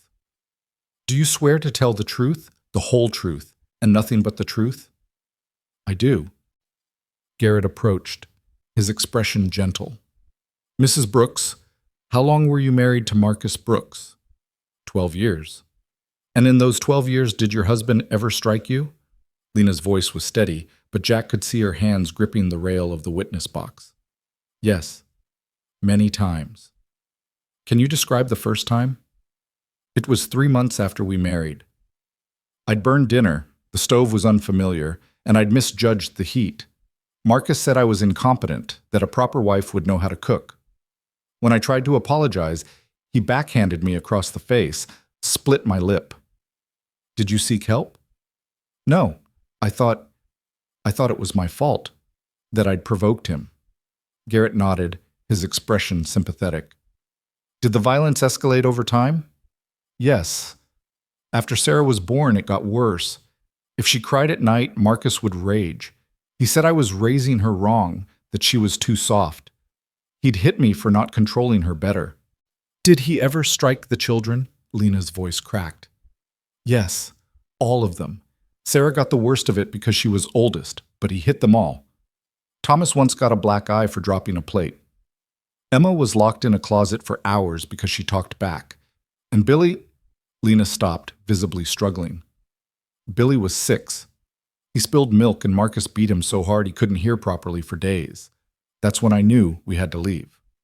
Thornton stood. Objection, Your Honor. This testimony is highly prejudicial. It's also directly relevant to the question of Mr. Brooks's fitness as a parent. Overruled. Judge Winters leaned forward. Mrs. Brooks, take your time. Lena drew a shaky breath. I waited until Marcus went to town one day, packed what I could carry, took the children, and we ran. We've been running ever since. Why didn't you go to the authorities in Wyoming? I did. I filed for divorce, presented evidence of abuse. The judge granted me full custody. But Marcus didn't accept it. He followed us, tracked us down, threatened to take the children by force. That's why we kept moving. Until you came to Montana. Yes. I found work with Mr. Holloway. I hoped we'd finally be safe. Garrett nodded. Mrs. Brooks, can you tell the court about the incident 2 weeks ago when Mr. Brooks attempted to take Emma? Lena's hands were white-knuckled on the rail. The children were outside. Marcus rode up on horseback and grabbed Emma. She was screaming, fighting him, and he didn't care. He was going to take her. Would have, if Mr. Holloway hadn't stopped him. And prior to that incident, had Mr. Brooks threatened you? Yes. He came to the ranch, said he'd take the children back no matter what. He burned Mr. Holloway's barn to intimidate us, to show he could hurt us whenever he wanted. Garrett let that statement hang in the air for a moment before turning to Judge Winters. No further questions, Your Honor. Thornton stood, adjusting his cuffs with deliberate slowness. He approached Lena like a predator circling prey. Mrs. Brooks, You claim my client was abusive. But isn't it true that you provoked many of these incidents? Lena's eyes went hard. No. You admit you burned dinner, talked back, failed to control the children properly. I was a human being, not a servant. If making mistakes means I deserve to be beaten, then you're saying every person who's ever burned a meal or lost their temper with a child deserves violence. Thornton's smile was thin. I'm saying that marriage is complicated, that sometimes both parties share responsibility for conflict. I never hit him, Lena said quietly. I never raised my hand to him or the children. I cooked, cleaned, cared for 4 babies with almost no help. And when I made mistakes, normal, human mistakes, he punished me with his fists. There's no shared responsibility in that, only abuse. Yet you stayed for 12 years. Because I had nowhere else to go. Because he controlled all the money, all the resources. Because I was terrified he'd kill me if I tried to leave. Lena's voice rose. I stayed because I was trapped, Mr. Thornton, not because I wanted to. Thornton switched tactics. You're currently living with Mr. Holloway, unmarried, is that correct? I'm employed by Mr. Holloway. I live in his home with my children because he offered us safety. How convenient. A wealthy rancher sweeps in to rescue the poor widow. What does he get in return, Mrs. Brooks? Garrett was on his feet. Objection. Counsel is implying— I'll allow it, Judge Winters said. But tread carefully, Mr. Thornton. Thornton turned back to Lena. What is the nature of your relationship with Mr. Holloway? He's my employer and my friend. He's protected us when no one else would. Just friends? Nothing more? Lena's chin came up. We're engaged to be married, Mr. Thornton, as of 3 days ago. So your implication that there's something improper is both incorrect and insulting. A murmur ran through the courtroom. Marcus's face went purple with rage. Thornton looked momentarily thrown, but he recovered quickly. How convenient that this engagement happened right before the custody hearing. It happened, Lena said evenly, because Mr. Holloway is a good man who wants to give my children a stable home and legal protection from their abusive father. The timing is irrelevant. The intent is what matters. Thornton opened his mouth, then seemed to think better of it. No further questions. Lena stepped down, her legs visibly shaking. Jack stood as she approached, offering his arm, and she took it gratefully. The defense calls Mr. Jack Holloway, Garrett said. Jack walked to the witness stand with the same steady confidence he'd use approaching a spooked horse. He took the oath, settled into the chair, and met Judge Winters' gaze directly. Holloway, Garrett began, how long have you employed Mrs. Brooks? About 2 months now. And in that time, have you observed her behavior toward her children? Every day. She's the most devoted mother I've ever seen. Those kids are her whole world. She works herself to exhaustion to provide for them, puts their needs before her own in every way. What prompted you to offer her and the children housing? Jack chose his words carefully. I saw she was struggling, saw she had 4 children to feed and nowhere safe to stay. My house has extra rooms, seemed like basic decency to offer help. And the engagement Mrs. Brooks mentioned? That's real. I proposed 3 days ago. She accepted. We plan to marry as soon as this hearing is concluded. Thornton stood. Your Honor, this reeks of a strategic arrangement designed to strengthen Mrs. Brooks's custody claim. Mr. Thornton, people are allowed to get engaged, Judge Winters said dryly. Unless you have evidence that this is a sham marriage, I suggest you save your objections. Continue, Mr. Garrett. Garrett nodded. Mr. Holloway, have you had any direct interactions with Mr. Marcus Brooks? Yes. He came to my property twice making threats. The second time he burned my barn, and the third time he tried to kidnap Emma. I stopped him, and the sheriff arrested him. In your observation, is Mr. Brooks a danger to these children? Without question, he's violent, unstable, and has no regard for their well-being or safety. He sees them as property to control, not people to love. Thornton stood for cross-examination, his expression skeptical. Mr. Holloway, you're 53 years old, a widower with no children of your own. Isn't it possible you're being manipulated by an attractive woman who knows how to exploit a lonely man's weaknesses? Jack's expression didn't change, but his voice went cold. Mrs. Brooks has never manipulated me. She's worked harder than any hand I've hired, asked for nothing beyond fair pay, and protected her children with everything she has. If you think that's manipulation, you don't understand the first thing about integrity. You're marrying a woman you've known for 2 months. I'm marrying a woman who's proven herself in ways that matter. She's honest, hardworking, and devoted to those children. I've known plenty of people for years who didn't have half her character. Thornton shifted tactics. You've incurred significant expense on Mrs. Brooks' behalf. Legal fees, housing, food for 5 people. What do you expect in return? I expect to sleep at night knowing I did the right thing. That's all. Nothing else? No. Domestic expectations? Jack's jaw tightened. If you're asking if I'm marrying her for companionship and partnership, the answer is yes. If you're implying something improper, you're wrong. My relationship with Lena is built on respect, not obligation. Thornton had no response to that. He returned to his seat and Jack stepped down. Judge Winters called for a brief recess. During the break, Jack and Lena stood in the hallway while Garrett reviewed his notes. The children clustered around them, quiet and anxious. You did good in there, Jack told Lena quietly. Real good. I wanted to reach across and strangle him, Lena admitted, her voice shaking. The way he talked, like I was some kind of opportunist. He's doing his job, badly, but he's doing it. Jack squeezed her hand. Judge sees through it. I can tell. When they returned to the courtroom, Garrett called his final witnesses.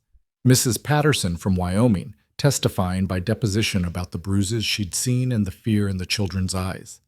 The doctor who'd treated Billy, describing injuries consistent with severe physical abuse. Sheriff Morrison, detailing Marcus's arrest and the evidence of his crimes. By the time Garrett rested his case, the picture was complete and damning. Thornton called Marcus to the stand. It was a mistake. Marcus tried to present himself as a wronged father, a man driven to desperate measures by a vindictive ex-wife. But under Garrett's cross-examination, his mask slipped. His temper flared. His entitlement showed through. When Garrett asked about Billy's injuries, Marcus actually said, "The boy needed discipline. A father has a right to correct his children." Judge Winters' expression went glacial. By beating a 6-year-old unconscious, Mr. Brooks? Marcus realized his error too late. I didn't say unconscious. You put a child in bed for 3 days with head trauma. That's not discipline. That's assault. She turned to Garrett. Any further questions? No, Your Honor. I think Mr. Brooks has made our case for us. Marcus was dismissed. He returned to his seat looking shaken, finally understanding he'd lost. Judge Winters reviewed her notes for what felt like an eternity. Then she looked up, her gaze moving between Lena and Marcus. I've heard enough. This court finds that the Wyoming custody order was properly obtained and should be enforced in Montana.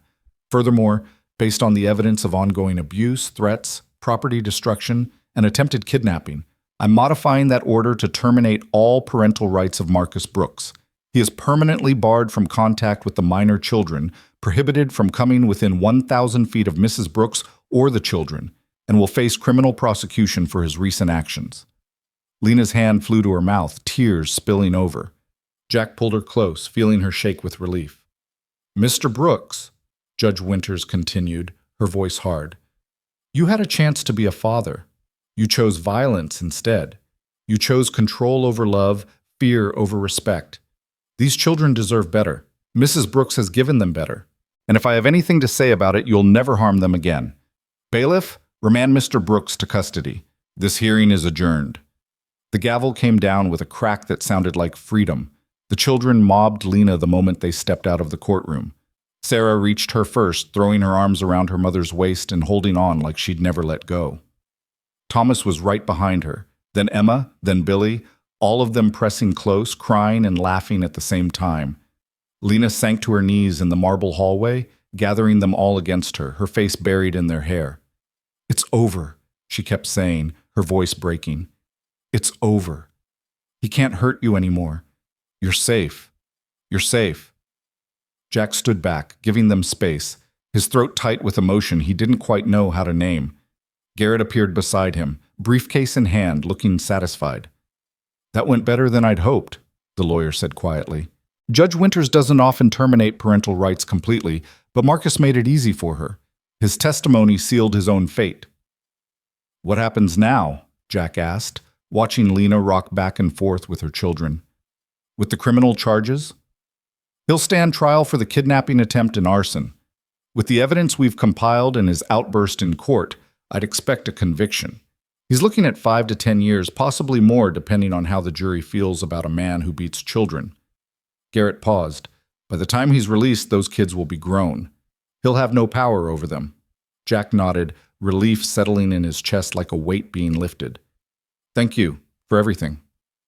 Thank me by taking care of them, Garrett said, extending his hand. That family's been through hell. They deserve some peace. Jack shook his hand firmly. They'll get it. I promise you that. Garrett departed with a tip of his hat, leaving Jack alone with Lena and the children. They were still clustered together on the courthouse floor, oblivious to the curious stares of passers-by. Finally, Lena looked up, her face streaked with tears but transformed by something Jack hadn't seen before. Genuine, unburdened joy. We won, she said, like she still couldn't quite believe it. You won, Jack corrected gently. You fought for them, and you won. Lena shook her head, standing and bringing the children with her. We won, all of us. I couldn't have done this without you. Sarah stepped forward, her expression solemn beyond her 12 years. She looked up at Jack with those watchful eyes that had seen too much, and for the first time since they'd met, there was no suspicion in them, only gratitude. Thank you for protecting us, she said quietly. For protecting Mama. Jack crouched down to her level, the same way he had that first night at the ranch. You don't need to thank me, Sarah. Family protects family. That's just how it works. Are we really family? Billy asked, his gap-toothed smile uncertain, even though we're not, blood? Blood's got nothing to do with it, son. Family's about who shows up when things get hard, who stays when it would be easier to leave. By that measure, we've been family for a while now.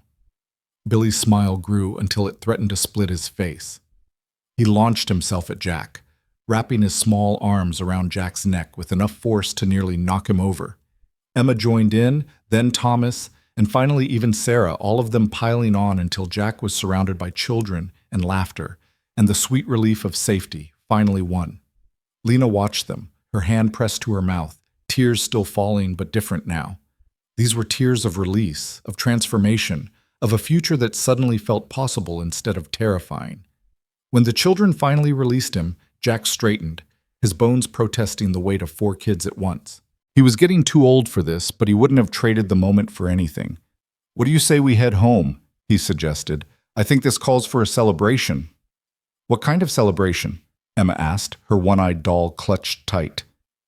The kind with cake, Jack said solemnly, and maybe some new dresses for you girls. New shirts for the boys. Figure if we're going to be a proper family, we ought to look the part. We don't need, Lena started, but Jack held up a hand. I know you don't need it, but I want to.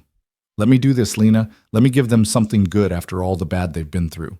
Lena's resistance crumbled. She nodded, wiping at her face.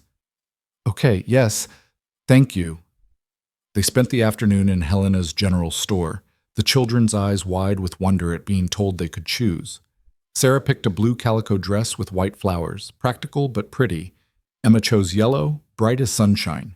The boys got sturdy work shirts and new trousers that actually fit. Lena tried to refuse anything for herself, but Jack insisted, and she finally accepted a green dress that brought out the color of her eyes. The shopkeeper wrapped everything in brown paper tied with string, and Jack paid without flinching at the total. Money was just money. These children's happiness was worth more than any amount in his account. They loaded the packages into the wagon and headed back to the ranch as the sun began its descent toward the mountains. The children chattered excitedly in the wagon bed, making plans for how they'd wear their new clothes, already looking forward instead of back. Lena sat beside Jack on the driver's seat, quieter than the children, but no less transformed. She kept glancing at him like she still couldn't quite believe he was real. What? Jack asked finally, amused by her scrutiny. I keep waiting for the other shoe to drop, Lena admitted. For you to tell me what you really want in exchange for all this. Already told you what I want. A partnership, a family. Someone to share this ranch with so it doesn't feel so damn empty all the time. That's really all? Jack considered the question seriously. Well, I wouldn't mind if eventually we became more than just partners on paper. But that's your choice, Lena. Always your choice. I'm a patient man. I can wait. Color rose in Lena's cheeks, but she didn't look away. What if I said I didn't want to wait? That I'm tired of being afraid, tired of holding everyone at arm's length? Jack's hands tightened on the reins, his heart doing something complicated in his chest. Then I'd say we could take things at whatever pace feels right to you. No rush, no pressure. Just honest. Honest, Lena repeated, testing the word. I can do honest. She paused, gathering courage. The truth is, I'm already halfway in love with you, Jack Holloway. I have been since you followed me into the forest and saw my children and didn't judge me for living in that terrible shack. Since you offered me work that felt like dignity instead of charity. Since you stood between me and Marcus and promised to protect us. Jack's throat was tight. That's a hell of a confession. You asked for honest. Lena's smile was tremulous but real. I'm scared, terrified actually. My last marriage was a nightmare. But when I look at you, I don't see Marcus. I see someone steady, kind, someone who keeps his promises. And I hope, that maybe I could learn to trust that. Trust you. You can, Jack said simply. I won't hurt you, Lena. Won't raise my voice or my hand. Won't make you feel small or afraid. That's not who I am. I know. Lena reached over, taking his hand. That's why I'm willing to try. They rode the rest of the way home in companionable silence, hands linked, the children's laughter drifting up from the wagon bed like music. When they reached the ranch, the sun was setting in shades of amber and rose, painting the mountains in fire. The house stood solid and welcoming, smoke curling from the chimney where Jack had left the stove banked. Home. It looked like home. The children tumbled out of the wagon, racing each other to the house to show off their new clothes. Lena started to follow, but Jack caught her hand, pulling her back gently. Before we go in, he said, there's something I want to ask you proper. Lena's eyes widened. Jack! I know we said we'd marry for practical reasons, for legal protection. But standing here now, knowing what I know, feeling what I feel, he paused, searching for the right words. I don't want to marry you because it's strategic, Lena. I want to marry you because I love you, because I want to wake up next to you for the rest of my life, because I want to be a father to those children, not just on paper, but in every way that counts.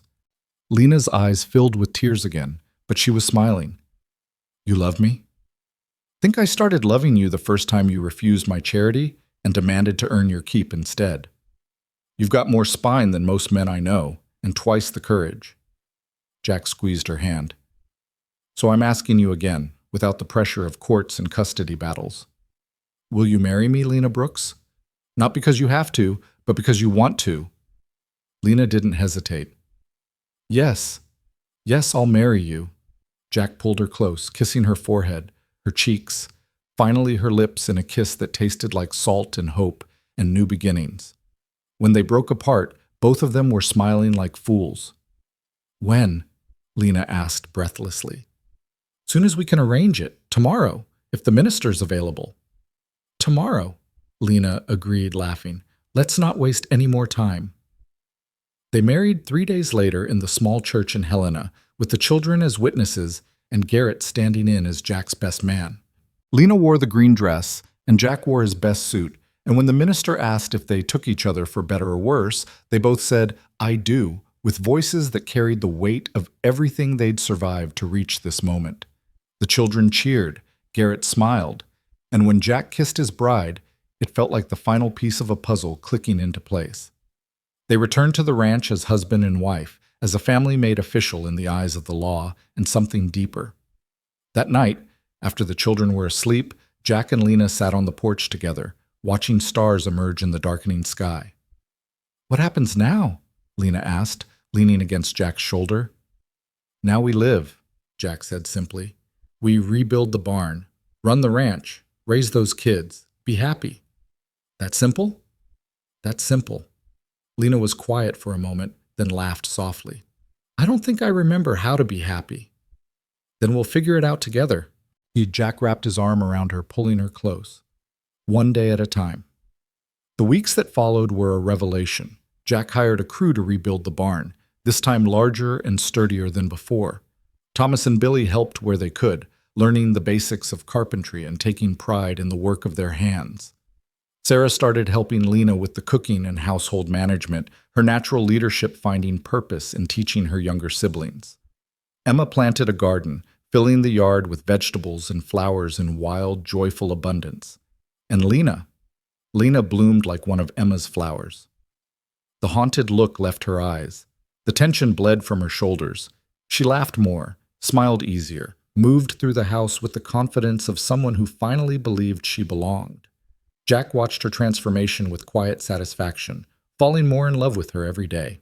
They were taking things slow in the physical sense, giving Lena time to learn that intimacy didn't have to come with fear or obligation.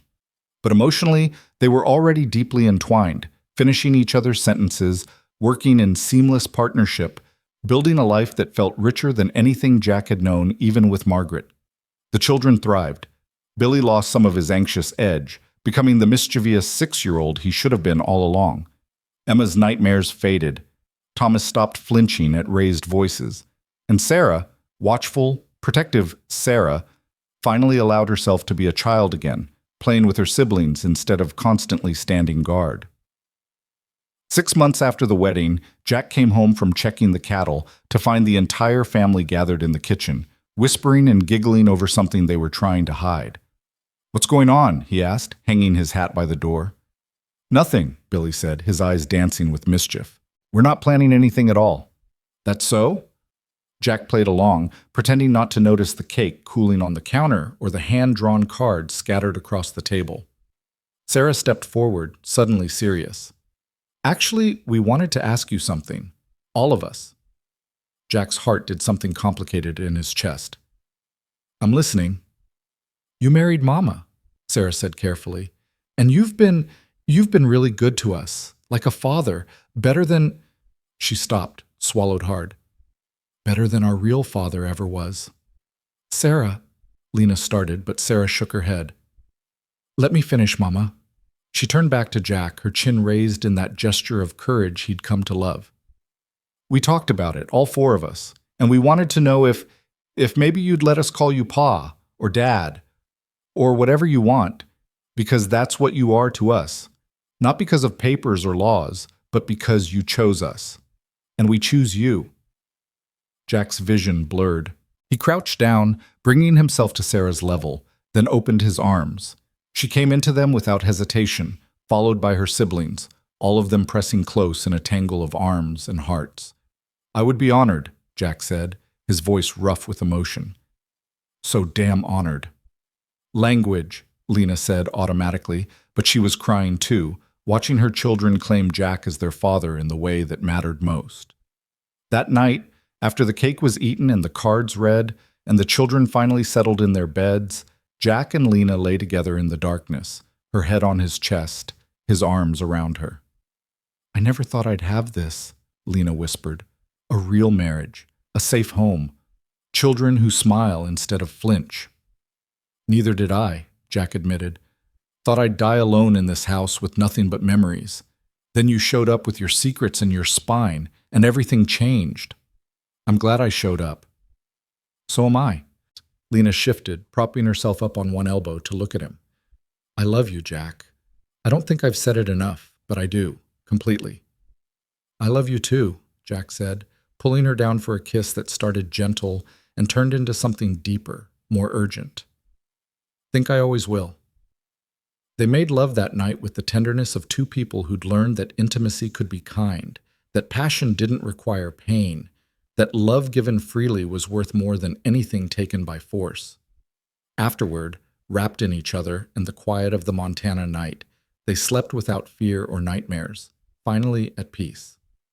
Marcus Brooks stood trial 8 months after the custody hearing. The jury deliberated for less than 2 hours before returning a guilty verdict on all counts. He was sentenced to 12 years in the territorial prison, and the judge made it clear that upon release, the restraining order would remain in effect for life. Lena attended the sentencing with Jack at her side. When the verdict was read, she felt nothing. No triumph, no vindication, no closure. Just a quiet acknowledgement that a chapter was ending. On the courthouse steps afterward, a reporter from the Helena Independent approached them, asking for a statement.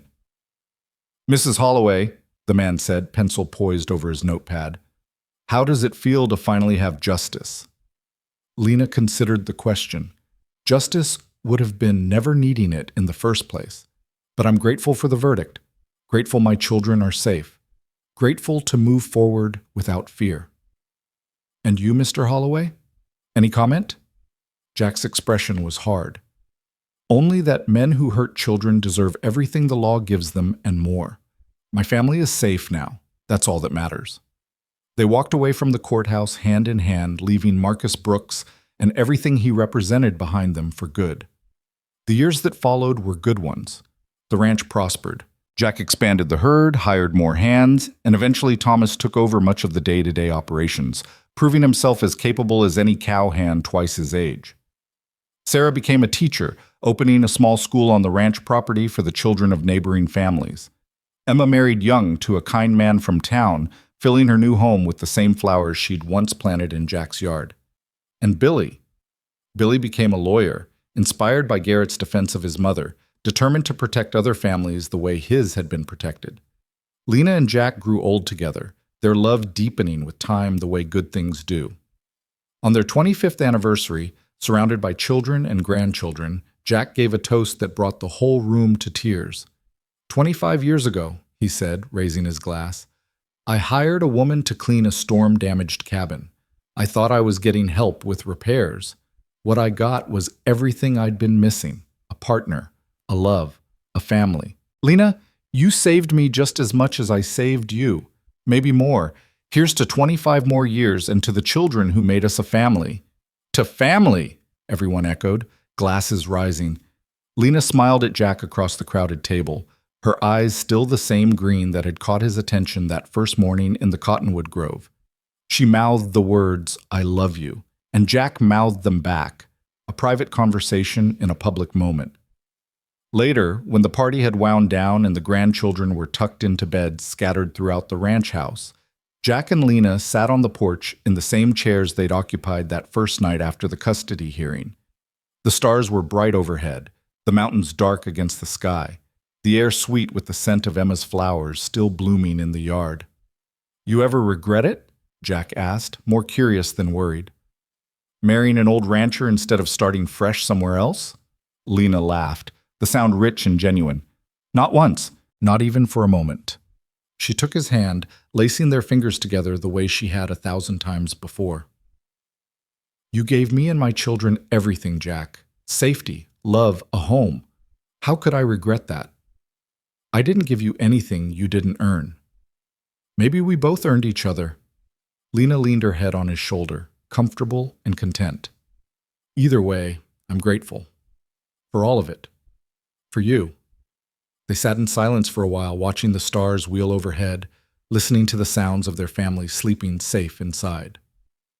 The barn Jack had rebuilt stood solid in the moonlight. The garden Emma had planted flourished. The school Sarah ran was preparing another generation of children for lives their parents could only dream of. And somewhere in town, Billy was studying legal precedents, building a career on the foundation his mother's courage had laid. It had started with desperation, with a woman cleaning a cabin to feed her children, with secrets hidden in the forest and fear that seemed insurmountable, but it had transformed into something beautiful. A family built not on blood or obligation, but on choice, on showing up, on staying when it would have been easier to leave. Jack and Lena Holloway had learned what real family meant, and they'd pass that lesson on to their children, who would pass it on to theirs, a legacy more valuable than land or money or anything that could be measured. As the moon rose higher and the night grew deeper, Jack pulled Lena closer, pressing a kiss to her hair. Thank you, he said quietly. For what? For showing up that morning, for trusting me, for building this life with me. Lena smiled in the darkness. Thank you for seeing me, for seeing us, for making us yours. Always was mine, Jack said, from that first day. Just took a while to make it official. They laughed together, the sound carrying across the yard and into the mountains beyond, a testimony to survival and love, and the kind of happiness that's earned through hardship and held tight through choice. And when they finally went inside, arms around each other, they left the porch chairs rocking gently in the Montana breeze, keeping vigil over a family that had been broken and put back together stronger than before. A family that had found home not in a place, but in each other.